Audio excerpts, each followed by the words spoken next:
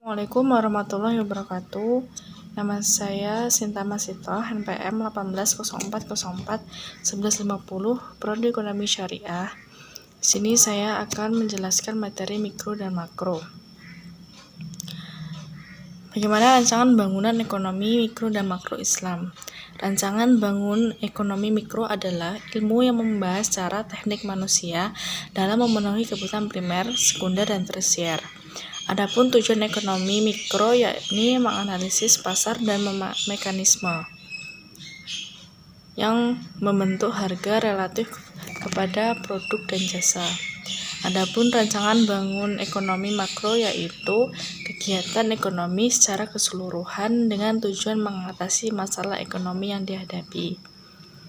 Lalu selanjutnya adalah struktur pasar. Struktur pasar adalah penggolongan produsen kepada beberapa bentuk pasar berdasarkan cirinya seperti jenis produk yang dihasilkan dalam kegiatan industri. Berdasarkan bentuknya, pasar dapat dibedakan menjadi beberapa, yakni pasar pesaing sempurna, yaitu banyak penjual, banyak pembeli. Lalu selanjutnya pasar monopoli, satu penjual dan banyak pembeli. Lalu pasar oligopoli, yaitu beberapa penjual dan beberapa pembeli. Lalu pasar monopolistik, beberapa penjual dan banyak pembeli. Lalu pasar monopsoni, yakni beberapa penjual dan satu pembeli. Lalu pasar oligopsoni, yakni banyak penjual dan beberapa pembeli. Adapun pesaing harga, yakni menggunakan harga sebagai faktor utama dalam persaingan, maka perusahaan harus mampu memproduksi pada tingkat harga terendah. Adapun untuk mengatasinya dengan menambahkan volume atau nilai produk dan membuat inovasi produk dan hindari memilih lokasi yang sudah banyak pesaingnya. Selanjutnya adalah perbandingan ekonomi makro konvensional dan Islam. Ekonomi konvensional menggunakan sistem kapitalis dan sangat memegang teguh asumsi bahwa tindakan individu sangat rasional. Sedangkan ekonomi Islam ialah ilmu yang mempelajari segala perilaku manusia dalam memenuhi kebutuhan hidupnya dengan tujuan memperoleh jalan kedamaian dunia akhirat. Dalam Islam, uang dipandang sebagai alat tukar, bukan komoditif. Adapun beberapa konsep uang adalah ekonomi konvensional, yakni tidak identik dengan modal. Uang adalah public goods dan modal adalah private goods. Sedangkan Islam, uang adalah flow konsep yang tidak mengenal motif kebutuhan uang. Uang adalah barang publik milik masyarakat. Karena penimbunan uang yang dibiarkan tidak produktif, maka mengurangi jumlah uang yang beredar. Adapun kriteria dan fungsi uang adalah fungsi uang asli sebagai alat tukar, fungsi turunannya sebagai alat pembayaran. Adapun jenis uang adalah ada uang kartal, yakni alat bayar yang sah dan digunakan dalam transaksi sehari-hari.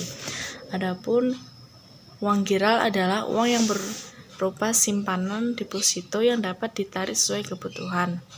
Adapun kriteria uang itu adanya yakni berupa nilainya stabil, digunakan secara umum, mudah disimpan, mudah dibawa, dan tidak rusak.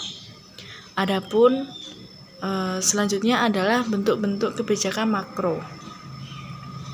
Bentuk kebijakan makro itu ada 3, yakni kebijakan fiskal, kebijakan moneter, dan kebijakan segi penawaran. Lalu selanjutnya adalah masalah-masalah utama dalam perekonomian. Yang pertama adalah pertumbuhan ekonomi, yang kedua ketidakstabilan perkembangan ekonomi, yang ketiga masalah inflasi, yang keempat kemiskinan dan pemerataan distribusi. Selanjutnya adalah kebijakan ekonomi konvensional dalam menghadapi inflasi dengan cara kebijakan moneter, kebijakan fiskal, kebijakan non-moneter, dan non-fiskal. Lalu selanjutnya adalah perekonomian terbuka. Pada sistem ekonomi konvensional adalah sistem ekonomi yang melakukan kegiatan ekspor dan impor dengan negara lain di dunia. Selanjutnya adalah kebijakan fiskal. Kebijakan fiskal adalah kebijakan pemerintah yang dilakukan dengan mengatur penerimaan dan pengeluaran pemerintah dalam menjaga kegiatan ekonomi sesuai yang diinginkan agar ekonomi menjadi lebih baik. Selanjutnya adalah tafsir ayat dan hadis ekonomi. Yang pertama, penggolongan pembiayaan berdasarkan akad jual beli bagi hasil dari sewa. Adapun surat Al-Baqarah ayat 275 yang artinya Allah telah menghalalkan jual beli dan mengharamkan riba. Sebab-sebab pelarangan riba yakni karena Allah dan Rasul-Nya melarang dan mengharamkannya. Lalu melakukan riba seseorang menjadi malas berusaha yang sah menurut syarah. Lalu riba menyebabkan putusnya perbuatan baik terhadap sesama manusia dengan cara utang piutang. Lalu selanjutnya ayat dan hadis tentang mencari nafkah terdapat dalam surat Al-Jumu'ah ayat 10 yang artinya, apabila telah ditunaikan sholat, maka bertebarlah kamu di muka bumi dan carilah karunia Allah dan ingatlah Allah sebanyak-banyaknya supaya kamu beruntung. Lalu hadis pada Bukhari dan Muslim yang artinya dari Abu Mas'ud Asy'ari Rasulullah SAW beliau bersabda, apabila Muslim memberi nafkah kepada keluarganya dan ia ikhlas, maka dihitung sebagai sedekah. Lalu selanjutnya materi manajemen keuangan syariah. Yang pertama adalah konsep nilai uang. Time value of money adalah nilai waktu dari uang. Konsep finansial bahwa nilai uang sekarang lebih berharga daripada besar uang yang sama di waktu mendatang. Hal ini karena potensi pendapatan uang tersebut. Lalu selanjutnya economy value of time, yakni sebuah konsep di mana waktulah yang memiliki nilai ekonomi, bukan uang yang memiliki nilai waktu. Lalu selanjutnya adalah hubungan rasio keuangan dengan kinerja keuangan bank, likuiditas, solvabilitas, dan rentabilitas dan aktivitas. Adapun pengertian likuiditas adalah kemampuan suatu perusahaan dalam memenuhi kewajiban jangka pendek yang dimilikinya pada saat jatuh tempo untuk memenuhi kewajiban utang yang harus dibayar dengan harta lancarnya.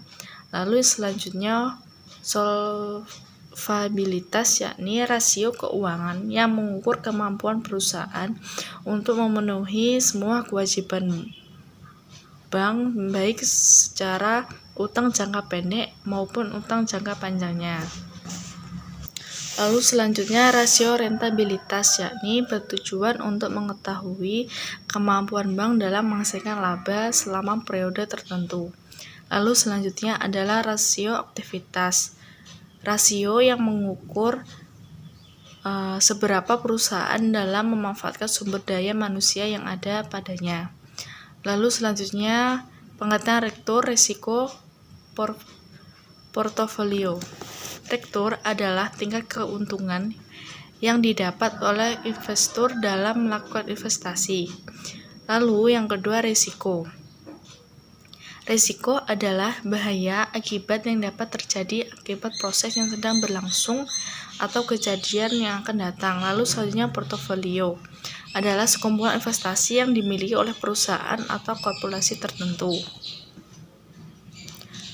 Lalu selanjutnya surat berharga, kebijakan dividen, dan instrumen likuiditas bank syariah.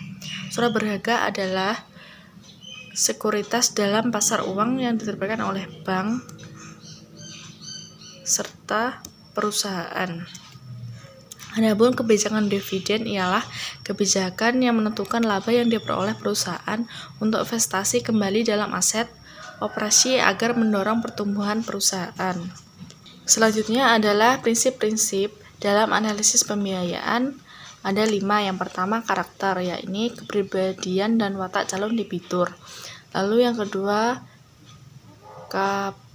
capability, yakni kemampuan nasabah untuk melunasi pembiayaan. Lalu yang selanjutnya kapital, yakni modal yang diperlukan calon debitur.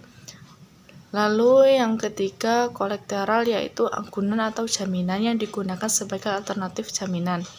Lalu selanjutnya adalah kondisi ekonomi calon debitur. Demikianlah materi video kali ini saya akhiri. Wassalamualaikum warahmatullahi wabarakatuh.